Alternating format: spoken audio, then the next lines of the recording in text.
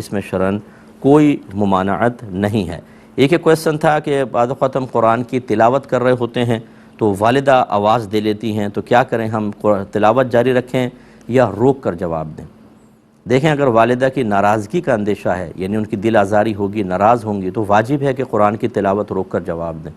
بلکہ علماء نے یہاں تک فرمایا ہے کہ اگر آپ نفل نماز پڑھ رہے ہیں اور والدہ کو نہیں پتہ کہ آپ نماز پڑھ رہے ہیں اور وہ آواز دیں اور آپ کو گمان ہو کہ اگر میں جواب نہیں دوں گا تو والدہ ہرٹ ہوں گی، تکلیف ہوگی، انہیں ذہنی اذیت ہوگی، تو نماز توڑ کر اپنی والدہ کو جواب دیں۔ اس پہ جریج عابد کا واقعہ اگر آپ کو یاد ہو، میں نے کافی پہلے بیان کیا تھا کہ وہ عبادت کرتے تھے اپنے حجرے میں علیحدہ ہٹ کر۔ پہلے دور میں جائز تھا کہ آبادی سے ہٹ کر حجرے بنا کر اور وہاں عبادت کی جائے، تو وہ نماز پڑھ رہے تھے، والدہ نے آ کے آواز دی، تو جریج نے سوچا اللہ کی بارگاہ میں التجا کی، اللہ تعالیٰ میں تیری بارگاہ میں ہوں، نماز پڑھوں یا والدہ کو جواب دوں؟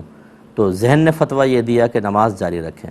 نماز جاری رکھی، والدہ چلی گئیں، 2-3 دفعہ ایسا ہوا تو والدہ طیش میں آ گئیں اور انہوں نے ان کو بد دعا دی کہ اللہ تعالیٰ یہ اس وقت تک نہ مرے جب تک کسی فاحشہ کا منہ نہ دیکھ لے۔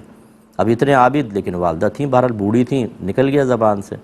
تو کچھ لوگ ان سے حسد کرتے تھے، انہوں نے ایک طوائف کو کہا کہ اس کو کسی طریقے سے گمراہ کرو، اس نے چیلنج قبول کیا، آ کے بہکانے کی کوشش کی، یہ نہیں مانے، متقی پرہیزگار تھے، تو اس نے گناہ کیا اور جب بچہ پیدا ہوا تو وہ بستی میں لے جا کر کہا یہ جریج کا ہے، اس نے میرے ساتھ برا معاملہ کیا ہے۔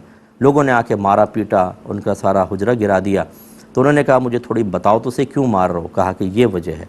انہوں نے کہا اچھا مجھے مہلت دو، میں وضو کر کے نماز پڑھ دوں۔ وضو کی نماز پڑھی، اللہ کی بارگاہ میں عرض کی، اللہ نے الہام فرمایا، آپ نے بچے سے پوچھا کہ بتا تیرا باپ کون ہے؟ اس نے بتایا میرا باپ ایک چرواہا ہے۔ چھوٹے سا بچہ بول پڑا، یہ آپ کی کرامت تھی، یہ ولی تھے اس زمانے کے۔ تو پھر لوگوں نے آپ کو چومنا شروع کر دیا، بوسہ لینا، ہاتھ چومنا، اور پھر آپ کا حجرہ دوبارہ بنایا گیا۔ تو نبی کریم صلی اللہ علیہ وسلم نے اس واقعے کو بیان کر کے ارشاد فرمایا کہ اگر جریج علم رکھتا تو نماز توڑ کر والدہ کو جواب دیتا۔